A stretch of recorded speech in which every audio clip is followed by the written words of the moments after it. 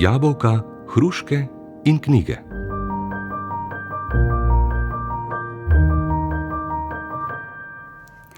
Drage poslušalke, cenjeni poslušalci, lepo pozdravljeni v novi epizodi podcasta Jabolka, hruške in knjige. Z vami sem tokrat Živa Anderluh, za gostjo sem pa izbrala Petro Julijo Užve. A sem pravilno naglasila? Ja, super. Super. No, kako si? Živjo, v redu. Hvala za povabilo. Jaz sem v redu. Kako si ti? Pa tako naporen dan je za mano.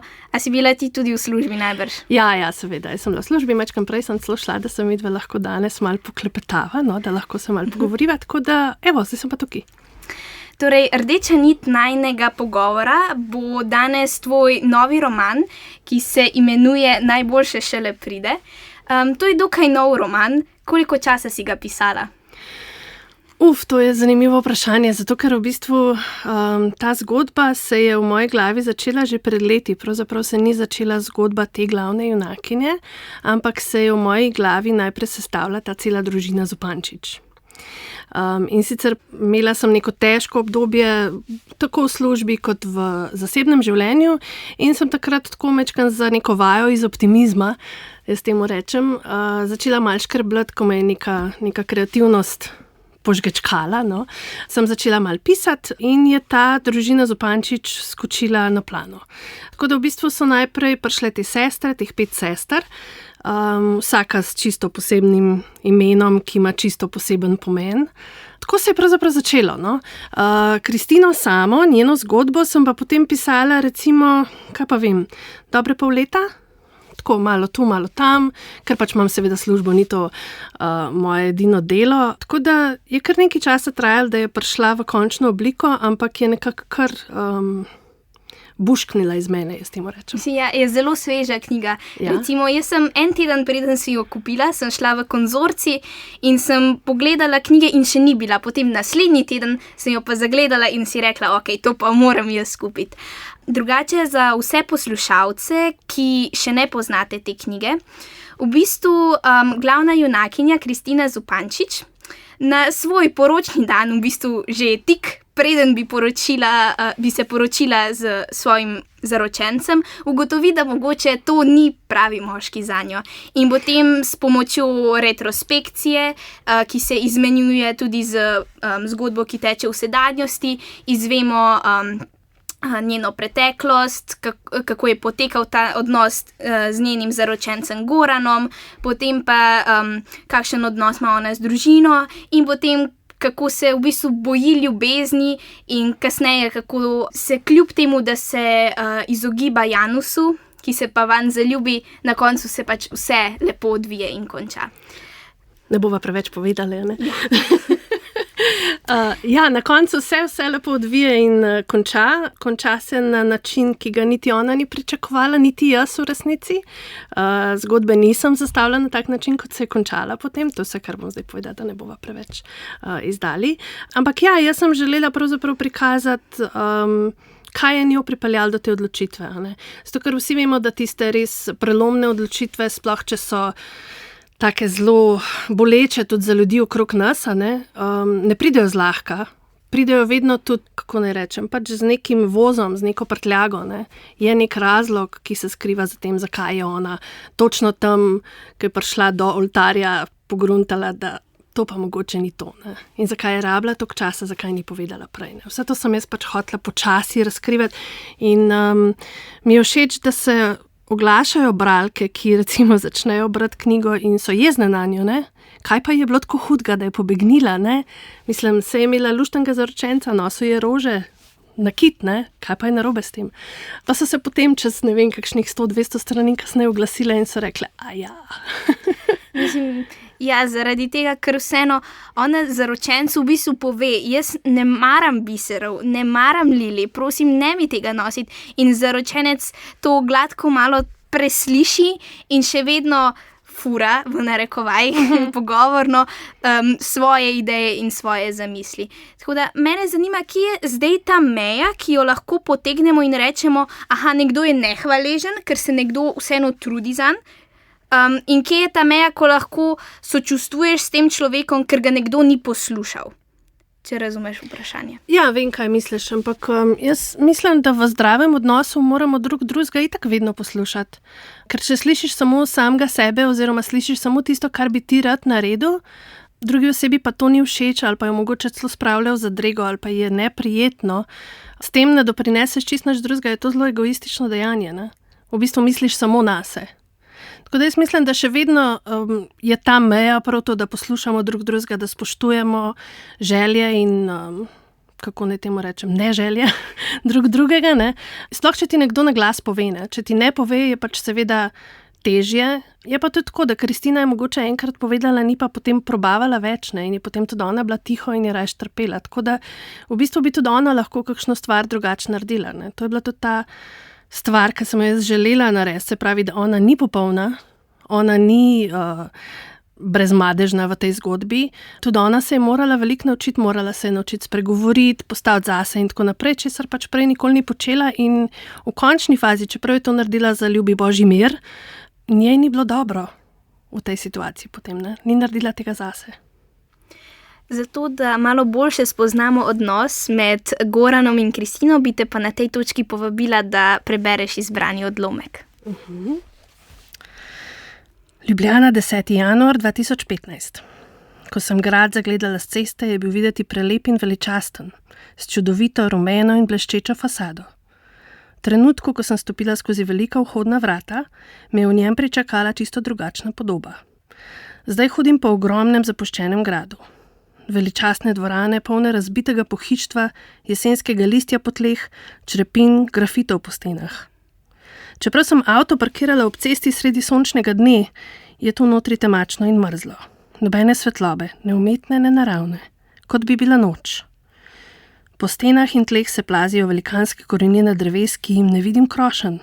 Dobesedno vidim, kako rastejo, se raztezajo in lezejo vse kote. Kris, zbudi se! Besede slišim, a nimam pojma, odkot prihajajo.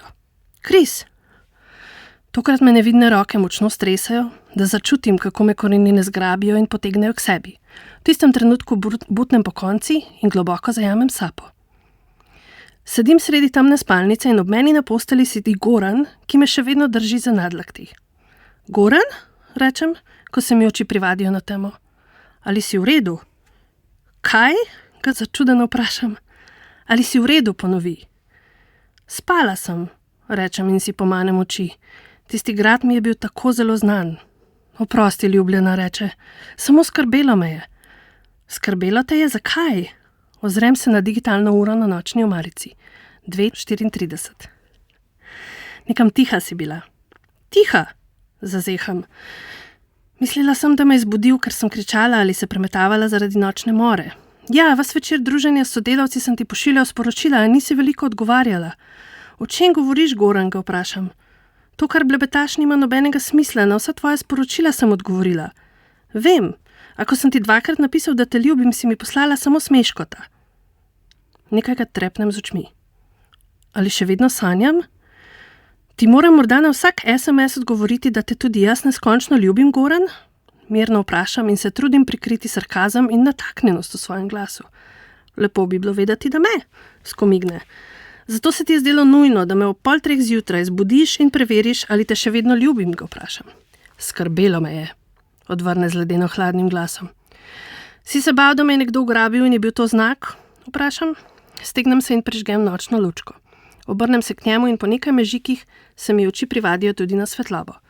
Ne odgovori mi, samo gleda me. Najlepša hvala za prebran odlomek. Hvala tebi, da si ga zbrala. Mislim, meni se zdi, da tukaj zelo lepo pokaže, kako je bil Goran stalno na trnih in je stalno iskal neko potrditev, da ga Kristina tudi ljubi, kot da ni bil prepričan sam vase. Ja, se jaz mislim, da ni bil, ne. Mogoče tudi zato, ker na začetku, tam ko on Kristino začne loviti v narekovajih, se mi zdi, da ona je nekako se kar udala.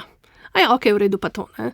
Pač imam službo, zdaj pa čas mogoče, da si najdem fanta, pa si ustvarim družino, pač vse tiste družbene norme, ki jih je že videla mogoče pri svojih sestrah, ali pa ne vem, kako so imeli njeni starši, tako neko srečno ljubezensko zgodbo, imeli so hišo, imeli so družino in njej se je vedno zdelo, da ne ve točno, kaj bi rada, ampak da ji družba ves čas govori, kaj pa je dobro, da bi si želela.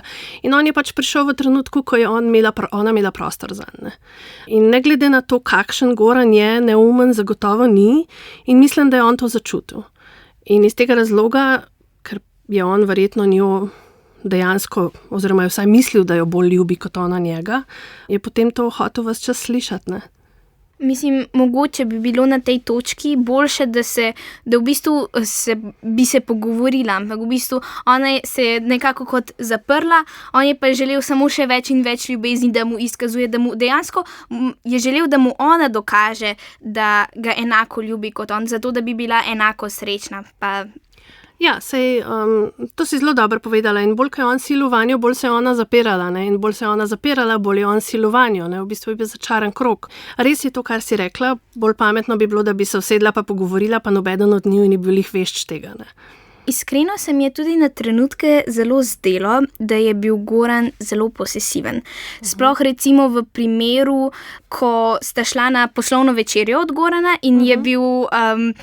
prisoten tudi od Kristine, ne moremo ravno reči bivši fant, ampak pač simpatija iz srednje šole. Tako, ja. In je v bistvu pač ta simpatija, ki mu je ime Luka, je nekaj prišepnil na uho, nekaj se je nasmihal, pa ga je ona v bistvu zavrnila, mu je rekla, Luka, jaz pa tega ne morem, saj vidiš, jaz imam zaročenca, pa v bistvu kljub temu je bil Goran zelo jezen, da ga ne vem, hoče varati, da se ne vem, kaj zgodilo. Mislim, da je izkazal te nagnjenja manipulativnosti v tem primeru. Ja, vsekakor. Saj tudi, recimo, prej sem omenila te bralke, ki se mi oglašajo, ne. Kar neki se mi jih je oglasili, ki so pač rekli, kaj je narobe z njim, neki so jih je oglasili, ki so pač potem prebrale naprej in so ugotovile, ok, v tem grmu tiči zajec, ne. Bilo jih je enih par, ki so v tej zgodbi prepoznale sebe. Ena je celo se oglasila, ki je trenutno v taki situaciji in se mi zdi, da nikoli ni tako lahko oditi od takih oseb, nikoli niti ni lahko, ker je zelo mogoče seveda, da dekle, ki se zapletejo na tako razmerje, da moškega tudi dejansko ljubi, ne. Saj vemo, da ljubezen je kompleksna, če je pa sploh prisoten kakšen strah, kaj se bo zgodilo, če bomo odšla, je pa potem še huje, ne.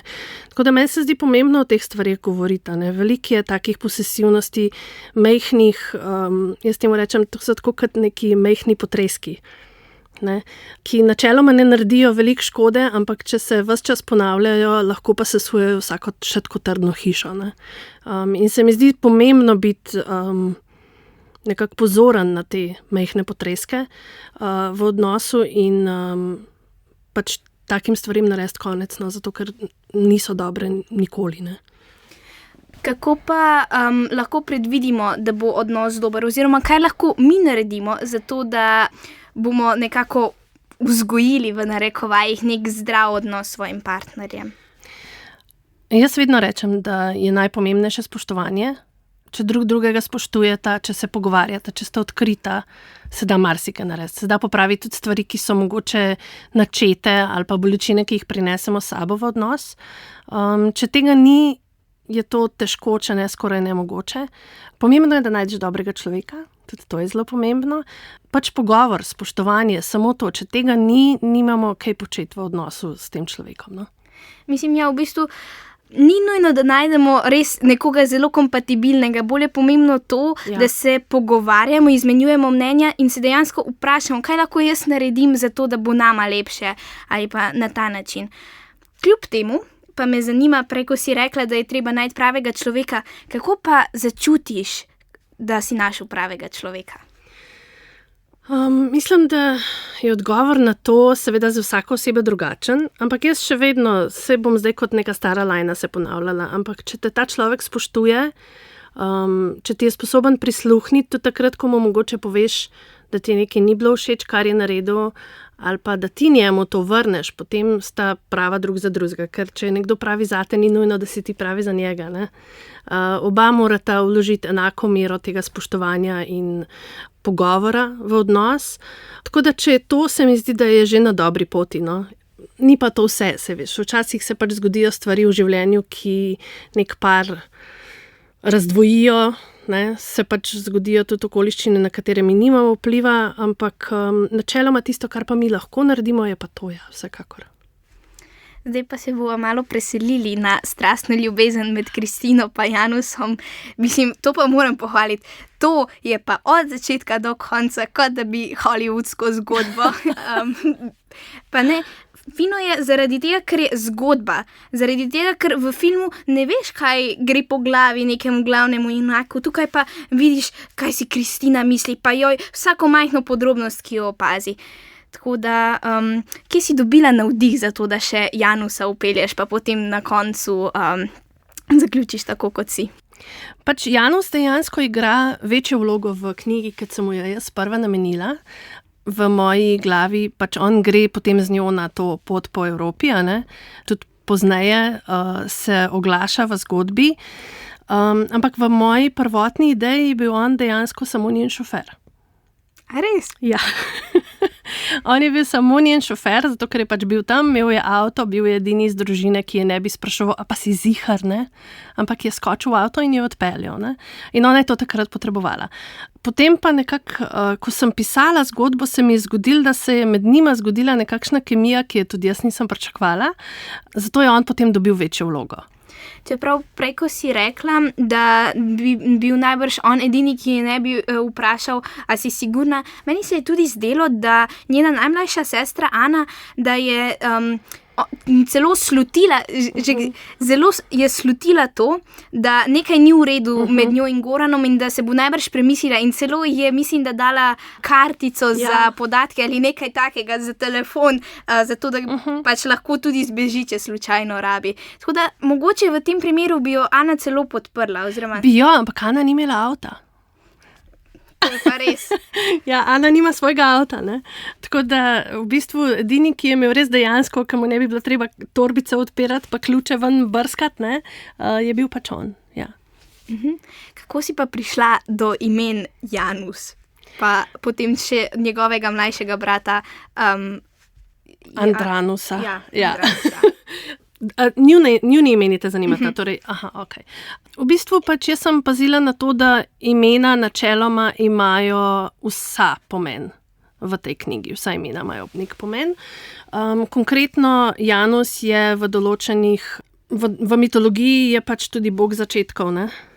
Tako da njega sem zato izbrala, Adranus je pa pravzaprav mi padel na glavo tudi meni med nekim obiskom Sicilije. Ker je pač on je ta, ki spi podetno, ne, in takrat se spomnim, da sem razmišljala, kakšno ime je tako, pa to je bilo že leta nazaj, pa nisem mogla tega imena pozabiti, no, zdaj vem, zakaj ne. Zanimivo, zaradi tega, ker ponavadi, ko jaz vprašam kakega avtorja, kako to, da si to ime izbral, pa reče, ja ne vem, včasih vizualiziram, včasih ne vem, je ta karakter zelo podoben nekomu, ki ga poznam v življenju, pa ima to ime, ali pa sem že dobila odgovor, da recimo, da ko obišče kakšne otroke, pa rečejo, dej moje ime vključi, tako da zelo zanimivo, ja. Potem se pa zgodi, Kristina nato zapusti Janusa na Siciliji in gre domov in potem je ta množica nekih nesporazumov, mislim, to je zelo hollywoodsko narejeno in potem je ta nesporazum z Bianco, ki je v bistvu Janusova sestrična, pa potem se zgodi, da je Adranus pristal v bolnici, pa tako ogromno tega. Kako to, da si izbrala, da Maggie Gyllenhaal, da mislim, kot predstavlja Kristino, da si je Janus izbral, da bi... Da je ona njej podobna, da bi ona igrala v filmu? V bistvu ravno to, ne, Kristina ni nič posebnega, je tudi Maggie Gyllenhaal naj ne bi bila nič posebnega, ne, za marsikoga. Potem sem slišala kar iz enih parih koncev, da v resnici je ona zelo seksi, ne. Ampak se spomnim, ko je pač enkrat smo se pogovarjali s prijateljicami in so pač vse rekle, da je ona tako brezvezna. Ne? Pač zanimivo je, kako ženske včasih vidimo ženske, pa kako jih moški vidijo. Zgodilo se je pa potem, da so določeni prijatelji rekli, da ne, ona ima pa tako neko eterično lepoto. Ne? Ja, tako da mi je bilo zelo zanimivo, kako recimo različno vidimo eno in isto osebo, sploh mogoče po spolu, kaj šele v resnici vsaka oči ima svojega malarja. Ne? Katera igralka bi pa tebe igrala, če bi posneli biografijo tvojo? Ojoj, a veš, da o tem pa res še nisem razmišljala? Ne, sploh nisem razmišljala. Nimam odgovora, evo. Zanimivo. V bistvu, potem sem pa jaz šla malo na ChatGPT, pa sem vprašala, katere, pač ker ta prizor, kako zbeži nevesta izpred oltarja, ni pogost, ni pa tudi zelo redek. Pa je v bistvu Julia Roberts velikokrat v bistvu v filmih, ampak to so bolj taki starejši filmi, ki jih recimo moja generacija ne gleda. Medtem ko jaz za svojo generacijo recimo nisem še videla filma, kjer bi... Mislim, po mojem, da sem, ampak niso tako pogosti po mojem kot v stari generaciji. Kater je pa tvoj najljubši hollywoodski film? Romantična komedija, mislim. Romantična komedija? Jaz imam zelo rada Bridget Jones. A res? Ja, zato ker se mi zdi, da če romantična komedija je fajn, da se res smejiš zraven, da ni pač nekih glupih form, mogoče včasih, ki so v kakšnih ameriških filmih zelo rade, kakšen stranični humor pa to. In se mi zdi, da Bridget je res tako ena izmed tistih, ki se vedno znajde v situaciji, kjer bi si najraž ali usta zalepla, ali si nogo odgriznila, pač vedno se nekam zakvačka in se mi zdi, da se to v resnici v življenju tako rado zgodi, ne. Vsi smo imeli že kakšne situacije, ko nam je bilo na smrt nerodno, ker smo nekaj zinali ali pa nekaj narobe naredili ali pa tako. In mi je zelo zanimiv lik tudi zato, ker se mi zdi, da ne glede na to, kaj se zgodi, se ona vedno pobere.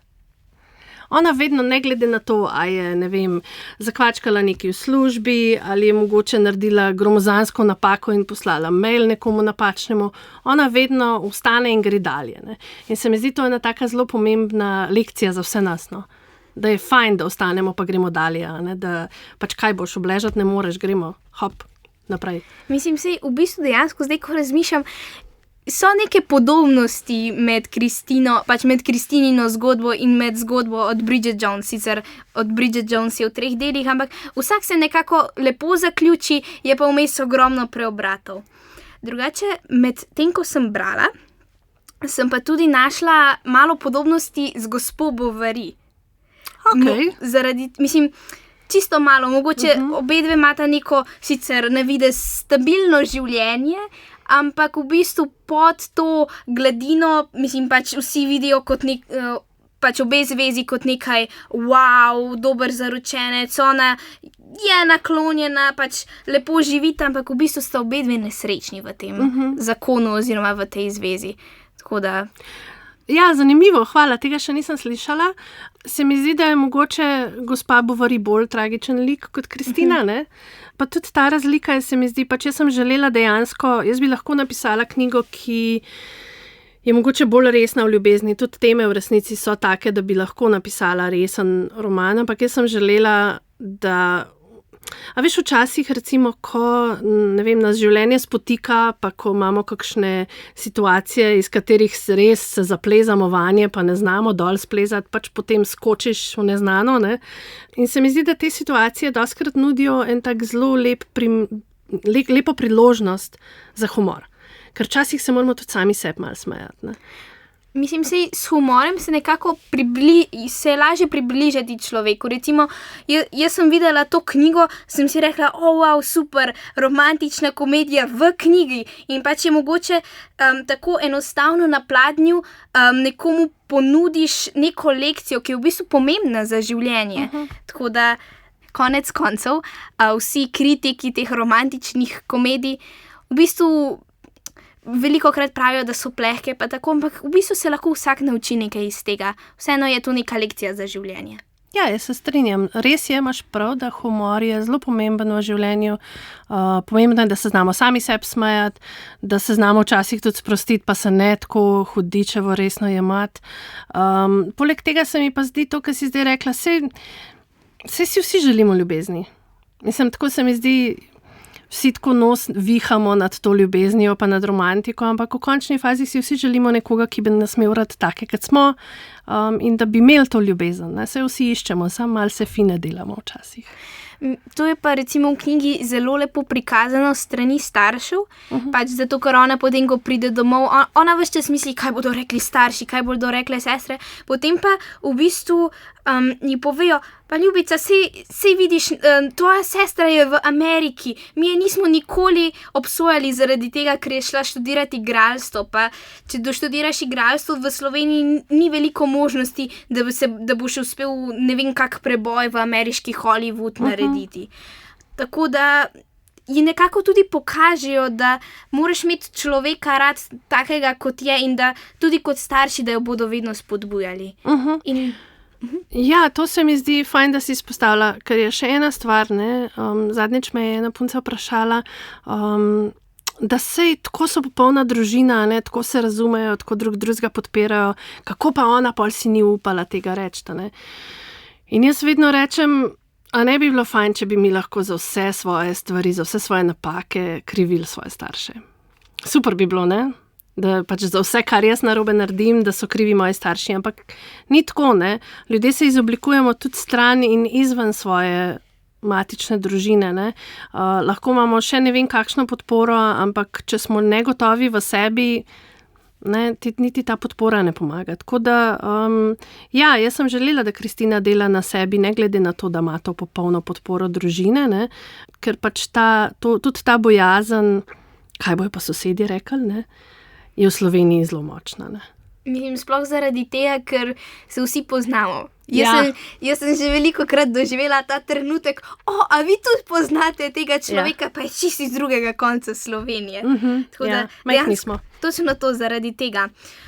Drugače ta Kristinina negotovost, to, kar sva se zdaj pogovarjali, to se pa se mi zdi, da tudi zelo lepo odraža v tem, da je tako varno šla na ekonomijo. Mislim, to ni kritika nobenim ekonomistom, samo toliko, da povem kot obvestilo, ampak je v knjigi zapisano, da ni čisto vedela, kaj želi z življenjem, kaj si želi nekoč delati, in potem se je odločila, grem na ekonomijo, sej s tem bom pa že lahko nekaj naredila, tako navarno. Jaz sem imela tudi nekaj sošolcev, pa prijateljev v osnovni in srednji šoli, ki so potem pristali na takšnih faksih, bom rekla, kjer se jim je zdelo, da bo varno, da bojo pač nekako že službo dobili, in nekateri so iz tega naredili res čudovite kariere in so našli popolne službe zase, a ne. Tudi Kristina je potem kasneje ugotovila, da je v resnici ta študij zelo prav prišel, ne. Samo pač ni znala ga uporabiti, ne, ker ni vedela, kaj bi rada počela.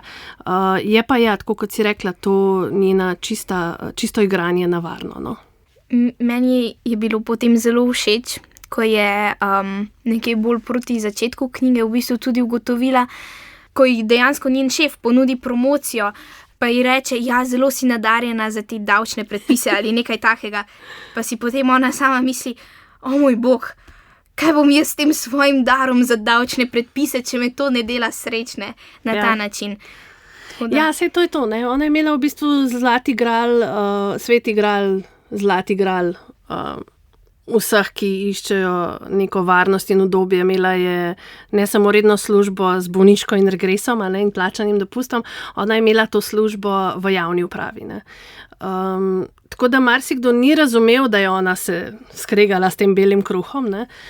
Ampak ona je dobesedno, tako kot si rekla, rabila nekoga, da ji je rekel v tistem danem trenutku, super ti grejo številke, mislim, nadarjena si za davke, ne. In si mislim, kdo si pa to hoče slišati, ne. Jaz sicer ne. In ker si ona tega ni želela slišati, ne, je ugotovila, da je čas, da se premakne. V bistvu je vedno rabila nek potisk, da je ugotovila, kaj je oziroma ni dobro zanjo, no. Na koncu pa pristane v v avtomehanični delavnici in v bistvu njena delavnica postane zelo uspešna. Mene zanima, kako si se ti odločila, da zdaj bo pa neka davčna službenka pristala kar v avtomehanični delavnici. Če si prebrala knjigo, veš, zakaj ima ona takšno ime, ne? Njeno ime, oziroma njena zgodba, ki je povezana z avtomobili, se je začela že zelo zgodaj. Njeno ime je vezano na eno avtomobilistično zgodbo in iz tega razloga je ona potem vse to svoje zanimanje tudi začela razvijati že v srednji šoli. Sprva malo neuspešno, potem je postajala pa vedno boljša v tem. In je v bistvu ugotovila, da to jo zanima, ampak nikoli ni mislila, da bi si s tem lahko služila kruh. Ne. In ko je opustila vse tiste okove, ki so jo držali nazaj, se je v bistvu vrnila k svoji prastari strasti in ugotovila, da ja, to pa bi bilo nekaj, kar bi jaz počela v življenju. Ne. Meni je bilo zelo lepo na začetku, ko je v knjigi opisano, zakaj ima tako ime in da, ko se je to razvedelo po šoli, po srednji šoli, so jo začeli fantje osvajati, češ, a mi znaš kaj z avtom pomagati, da ne rabim jaz iti k avtomehaniku. Tako da to je zelo izvirna pripomba. Ja, je, ampak sej, pač ona glede na to, da ni bila nič posebenega, ne, je potem to zgrabila z obema rokama, ne, končno je imela nekaj, kar je bila, v čemer je bila posebna. Tako da, ja, se mi zdi, da to nekako za neko takšno dekle, kot je ona, se mi zdi čist nekako naravna pot, no, ko iščeš, v čem boš poseben, ne, se vemo, da pač vsi smo edinstveni v resnici, ne, vsak od nas je poseben, ampak ko si pač najstnik, je to še toliko težje sprejeti ali pa videti, vedno vidiš, da so drugi boljši od tebe ali pa bolj zanimivi, ne, in to je bila edina stvar, po kateri je ona sama sebe videla, da izstopa oziroma da je drugačna od ostalih deklet, ne, in je pač to potem zagrabila. Kristina je kar, lahko bi rekla, razmeroma pozno ugotovila, kaj si želi delati v življenju. Mene pa zanima, kako si ti se odločila, da boš postala novinarka in mislim, da si kulturologinja, kot sem prebrala. Ja, jaz sem v bistvu bila stara 15 let, ko sem se prijavila na nek razpis, ki je bil takrat še v reviji Jana in so iskali pač mlade novinarje. Jaz sem takrat špricala šolo. In sem prišla malo prej domov in je bila na mizi Jana, ki jo je mami že kupila in pustila doma na mizi. In sem jaz odprla sem in sem začela brati in sem to videla. In so pač takrat vabili, da pošljemo pač nek svoj prispevek, pa svoje podatke in jaz sem takrat to takoj naredila in sprintala in odnesla na pošto. In če ne bi tega naredila točno v istem trenutku, se veš, kako potem jutri bi pozabila, pojutrišnjem bi že bilo to nekje v starem papirju ali karkoli. In sem takrat poslala in takrat se je pravzaprav moja pot začela. Jaz sem potem pisala najprej v Jani, takrat smo imeli, potem smo ustvarjali Smrklo, iz tega so potem sledile druge revije in na tak način sem pravzaprav jaz že dosti zgodaj ugotovila, kaj si želim početi. No. V resnici sem, ne vem, mi smo imeli takrat tudi nekakšne krožke take v šoli že, tako da sem že tam veliko pisala, že v osnovni šoli sem veliko poezije pisala, tako da me je vedno to zanimalo. No? Kaj bi pa priporočila mladim, ki so stari recimo toliko kot jaz? Jaz sem stara 17. Kako odkriti to iskrico, kaj si želijo delati v življenju? Meni se zdi pomembno, da probavaš različne stvari. Vse to, kaj te zanima, se mi zdi, da zelo hitro vidimo, ampak včasih tudi malo potlačimo. Zdaj, ali te zanima naravoslovje, ali te zanima družboslovje, pač v katerokoli smer te vleče, da tam začneš malo raziskovati, pa probavaš različne stvari, ker potem, ko prideš do tistega, kar je res tvoje, te neki tako noter požgečka, začutiš neke metuljčke v trebuhu in veš, da ok, to pa je nekaj, kar bi jaz malo bolj raziskoval. Ne. Jaz sem tudi recimo šla študirati kulturologijo in takrat se spomnim, to je stavek, ki je meni zelo ostal v glavi, nam je dr. Aleš Debeljak takrat rekel, da kultura ni nekaj, kar se da na kruh namazati. Ne. Tudi kulturologija ni nekaj, kar se da na kruh namazati, ampak je od tebe odvisno, kaj boš iz tega naredil. Lahko pa iz tega ustvariš nekaj zanimivega in nekaj dobrega zase in za druge ljudi. Ne. In se mi zdi, da to velja v resnici za praktično vsak poklic. Ne. Vsako stvar je danes lahko težko namazati na kruh, razen pač določenih stvari, ki vemo, da doživljajo razcvet v tem obdobju našega življenja, v katerem smo zdaj. In se mi zdi točno to pomembno, da poslušaš samega sebe v resnici. Ni tako težko, Ampak tudi to poslušati samega sebe je včasih vsem kar zapletena reč, zato ker je toliko nekih zunanjih glasov, ki ti govorijo, kaj bi pa ti moral. Ne? In to je tisto, v kar se je zaciklala tudi Kristina. Ne? Skozi ta podcast sva zelo lepo izpostavili, o čem vse knjiga govori. Mene pa zanima še prav tvoj del, kaj točno si pa ti želela s to knjigo sporočiti vsem bralkam in bralcem? Jaz sem si zelo želela povedati zgodbo enega povprečnega dekleta. Se mi zdi, da zelo radi govorimo oziroma pišemo in beremo o ženskah, ki so gajstne, pogumne, ki si vse upajo, ki se bojo vedno postavile zase. Verjetno tudi zato, ker si želimo, da bi takšni bili v vsakem trenutku svojega življenja. Ne?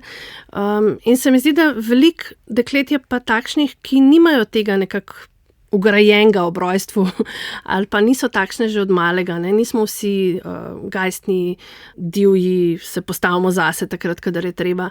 In se mi zdi, da sem s tem romanom jaz si želela približati to zgodbo tem dekletom, no? Da bi mogoče kakšni dala pogum, da se postavi zase, pa ne govorim nujno samo v nekih odnosih, ne? Ona se ni postavila zase nikjer in je potem pač se to nakopičalo. Ne?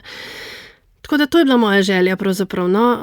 Nagovoriti neko povprečno dekle, sivo miško, kot je Kristina rekla, da se sama počuti, ker se mi zdi, da mogoče pač premalo se jim posvečamo oziroma premalo nekega časa jim namenjamo, prostora, niso samo tisti, ki so lepi in pogumni in vrhunski med nami, ne? Med nami so tudi take povprečne dekleta, kot sem jaz, recimo. No? Petra, najlepša hvala, ker si se mi danes pridružila. Hvala tebi za povabilo in lepa vprašanja. Ja, z veseljem, jaz sem res uživala v tem podcastu. Drage poslušalke in poslušalci, najlepša hvala, ker ste se nam danes pridružili. Ta podcast lahko poslušate na spletnih straneh Arsa in na portalu 365. Zahvala pa gre tudi našemu tonskemu mojstru Franciju Modru. Z vami sem bila Živa Anderluh. Hvala.